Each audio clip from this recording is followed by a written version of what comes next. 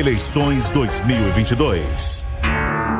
O presidente Jair Bolsonaro tem 40% e ex-presidente Luiz Inácio Lula da Silva 36% dos votos no Rio de Janeiro para presidente nas eleições de outubro.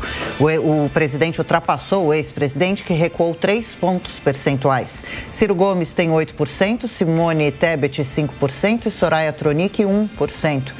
Felipe Dávila, Sofia Manzano, Constituinte Emael, Padre Kelmon, Vera e Léo Péricles têm 0%. Bom, a pesquisa Janel Quest foi divulgada nesta quinta-feira e a margem de erro é de 2,5 pontos percentuais para mais ou para menos. Foram feitas entrevistas pessoais em 1.500 ou com 1.500 eleitores entre os dias 10 e 13 de setembro. O levantamento foi registrado na Justiça Eleitoral com o número BR 01798 de 2022. Girando os nossos comentaristas falando sobre essa pesquisa, começando por você, Amanda Klein, são as diferenças estaduais, regionais do Brasil, não é?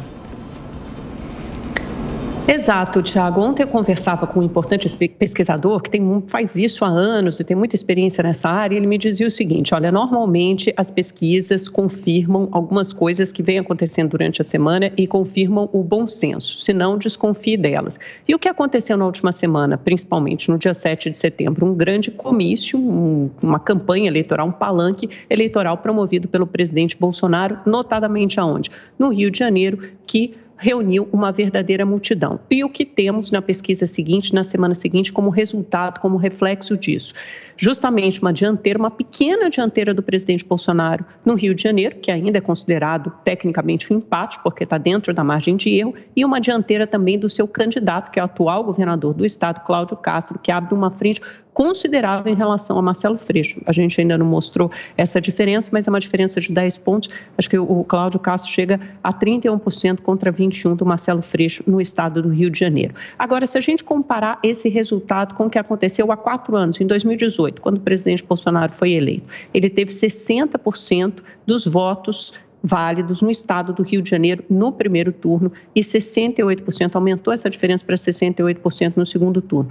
Portanto, aí com 40%, né, ele tem 40 contra 36, é um empate técnico, mas numericamente à frente do Lula no estado do Rio de Janeiro, ele ainda está muito distante dos 60% que ele alcançou no primeiro turno. Mesmo assim, é uma margem, é algo que deve ser comemorado pela campanha bolsonarista, porque o principal reduto, aliás, onde todas as campanhas querem travar esse último embate, um pouco mais de 2 semanas que faltam para a eleição, se dará justamente no Sudeste, que reúne em torno de 42% dos votos, né, dos mais de 150 milhões de eleitores pelo Brasil. Então, esse começo dessa virada no Rio de Janeiro é importante. O presidente Lula, embora no Sudeste eles ainda estejam empatados, a pesquisa Quest nacional foi divulgada ontem, ela mostra um empate entre os 2 principais candidatos no Sudeste. Então, o presidente Bolsonaro ainda precisa aumentar muito essa dianteira se quiser repetir o que aconteceu em 2018, porque a folga do ex-presidente Lula no Nordeste, a vantagem dele é absurda no Nordeste. Ô Mota, então o presidente Bolsonaro teria melhor aceitação do que Lula no Rio, por que será? O 7 de setembro foi uma amostra disso? Você que mora no Rio de Janeiro achou que as ruas estavam muito cheias? O 7 de setembro não foi a causa de nada. O 7 de setembro, na verdade, é a consequência. O 7 de setembro só materializou, mostrou de forma concreta o apoio que o presidente sempre teve. Quem tem dúvida sobre a situação do presidente no Nordeste pode olhar as cenas de ontem, quando o presidente esteve no Rio Grande do Norte. O que a gente está vendo aqui é as pesquisas se aproximando da realidade que sempre esteve nas ruas. A Amanda falou uma coisa muito importante: se as pesquisas não se alinham com o bom senso, desconfie delas. As pesquisas que a gente viu até agora estavam completamente desalinhadas do bom senso. É o que dizem as pessoas que eu encontro na rua. É difícil imaginar que um candidato envolvido em escândalos, que teve uma passagem desastrosa pelo governo, que foi inclusive processado criminalmente, processos que foram anulados, é importante observar, mas é difícil imaginar que um candidato com essa bagagem toda tinha a maioria das intenções de voto.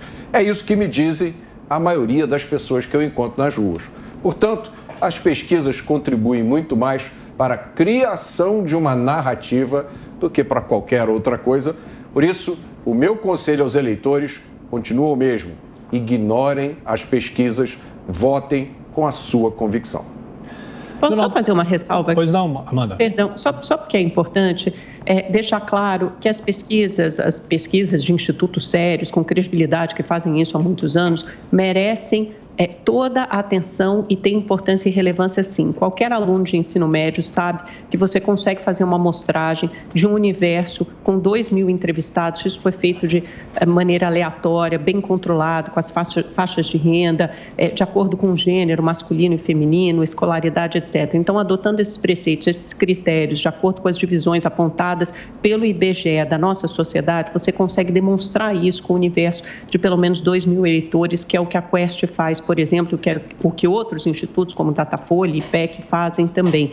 Embora haja divergências na metodologia apontados por eles sinalizam muitas vezes na mesma direção. Então, as pesquisas são importantíssimas, sim, para detectar tendências, não como prognóstico, porque ninguém aqui é cartomante, ninguém consegue antever o futuro, mas como reflexo do que acontece naquele momento e principalmente como fluxo. Quando eu falo que as pesquisas retratam o que tem acontecido na realidade, na vida real, e usei o 7 de setembro como exemplo, é porque essa mobilização indica, normalmente, que pode haver um aumento de votos naquele candidato. E foi justamente isso que a Quest detectou com o presidente Bolsonaro no Rio de Janeiro. E era o que as outras campanhas vinham detectando também, um crescimento do Bolsonaro no Rio de Janeiro, um crescimento do Bolsonaro no Sudeste. As pesquisas tanto confiam, as candidaturas e campanhas tanto confiam em pesquisa, que a própria candidatura do presidente Bolsonaro, é só olhar, esses dados são públicos no TSE, o terceiro maior gasto da campanha bolsonarista é justamente com pesquisas internas. Aliás, a campanha bolsonarista gasta muito mais com pesquisas internas, com trackings, etc.,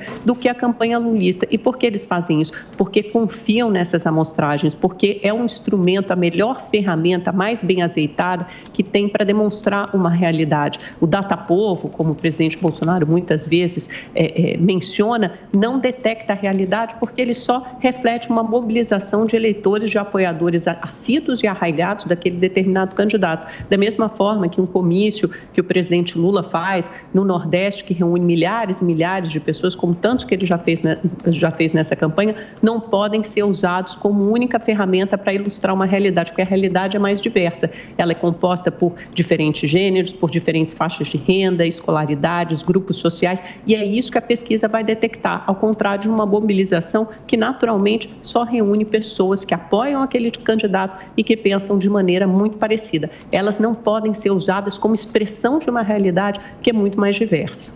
Olha, eu discordo.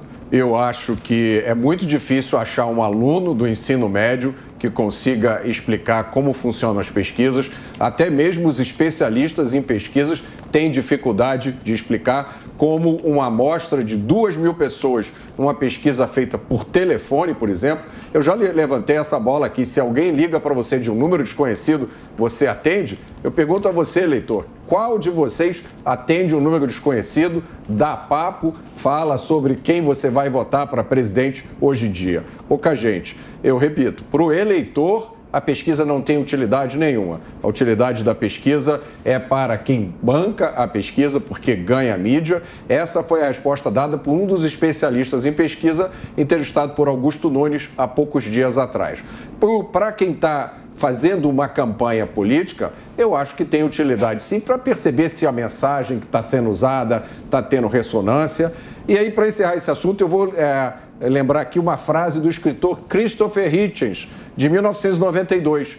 Um bom instituto de pesquisa eleitoral é como um bom advogado. Ele luta para obter o resultado que o contratante espera ou precisa.